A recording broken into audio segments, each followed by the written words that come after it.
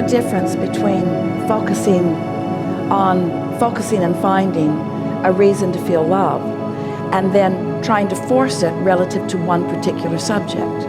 In other words, don't challenge yourself about it. Esther has been playfully, and she means it playfully, but she's serious about it too. She's been saying, I'm becoming a sort of vibrational snob. And what she means by that is she finds things to focus upon that feel really good when she focuses upon them. And so she's being a little particular about what she focuses upon. It's like, I'm not willing to focus everywhere. I'm only willing to focus where it feels really good. And so then she began making statements such as, it's really easy to find alignment when I'm by myself, because I can think about what I want, and I can do what I want, and I can be where I want to be. And then she began saying, and it's really easy to stay in alignment when I'm interacting with strangers, because there's no vibrational history. There's no belief system that's challenging current desire. You see, your current desire at all times, who you are as this extension of source energy, is someone who wants, who means, who really must love. That's who you are. That's who you are. But when you're focusing in a world that is behaving according to your belief system in ways that you can't love them for whatever reason that you've decided, now your attention to them splits your energy, and it feels like it's their fault. If you were different, I'd feel better. A truly conditional love. If you were different, I would feel better. So when you finally get a handle on this, and you discover that love is what you want, and we're going to say something that's going to sound harsh, especially to parents. You want love, not love of your children. Now, don't misunderstand. Of course you want to love your children. But if your children have been unlovable,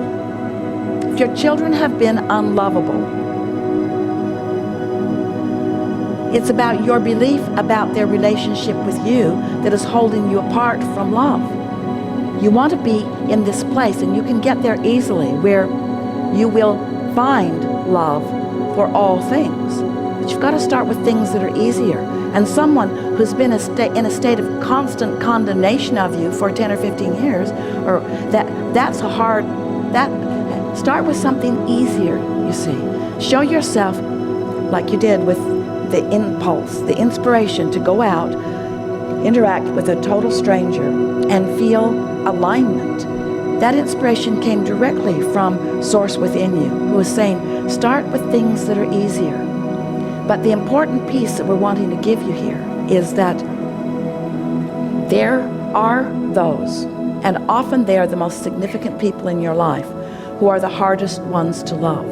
And the reason is because for quite a long time, you've been practicing this wobble effect.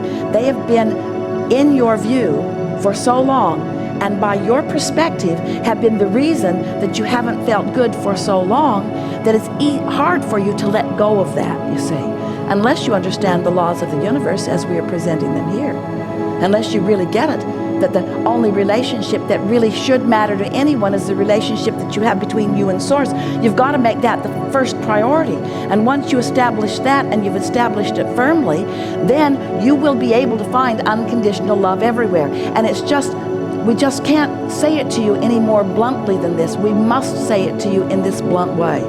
If you are having a difficult time finding love for someone, it always means this. It always means this. You're not consistently finding alignment with the Source within you. Because if you are consistently finding alignment with the Source within you, then it's easy for you to flow that love outward, because it's the constant vibrational pattern that you've got going on within you. We enjoy visiting with all of you about this subject, because the subject that keeps most people from being happy in a way that they could is that they have given over, they have exchanged, they have traded out, and it has not been a good trade. They've traded their relationship with the Source within them for their relationship with their son, or their spouse, or their friends at school, or their peer groups, or their public, or their... And so I care about what you think, so that means I have to figure out what you think of me, which is tricky business in and of itself. It's a constant vigilance, have to really pay attention, need polls if I'm political, and I need agents if I'm theatrical. I need to know what you think of me, and I need to put myself in your best light. And it's so tricky because the world is so varied in what they want from anyone, and so you're in this constant state of not pleasing anyone. Because when you're pleasing that one, you're not pleasing that one, and when you're pleasing that one, you're not pleasing that one. Have you noticed that? You just can't be in a place where you're pleasing all of them unless they were all in alignment and weren't looking to you for their pleasure. That'd be a wonderful world, wouldn't it? If everyone was tuned into Source, feeling really good and flowing love toward everyone. But you don't have to wait for anybody else to figure it out in order to live the ease and the love and the joy of all of that. What you want to do is tune into who you really are and then look outward, and you're going to love them. And even the hard cases will eventually come into alignment for you. And when you consistently love someone who has been known by the world, by everyone he knows to be unlovable, and you're standing there in unconditional love, loving them, truly loving, because you've practiced it in you and it comes natural to you. Wonderful, influential healings occur. That's really what coming back into alignment is. That really is the reason that you care at all about your power of influence. Not one of you said, I'll be born into this physical experience and I'll figure out how to utilize my power of influence in order to conquer the world or in order to amass large wealth, or while there's certainly nothing wrong with doing it, but it was not your primary intention. Your primary intention was not to put yourself in a place where they would all love you either.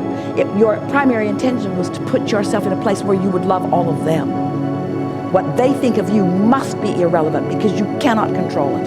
What you think of them is everything, and you can control it. And when you do, you will live happily ever after, and you will be an uplifter everywhere you go. Jerry said, every day of his life, Esther loved it. No one will ever be diminished as a result of knowing me. I may leave them where they are, or I may uplift them, but no one will ever be diminished because of their interaction with me.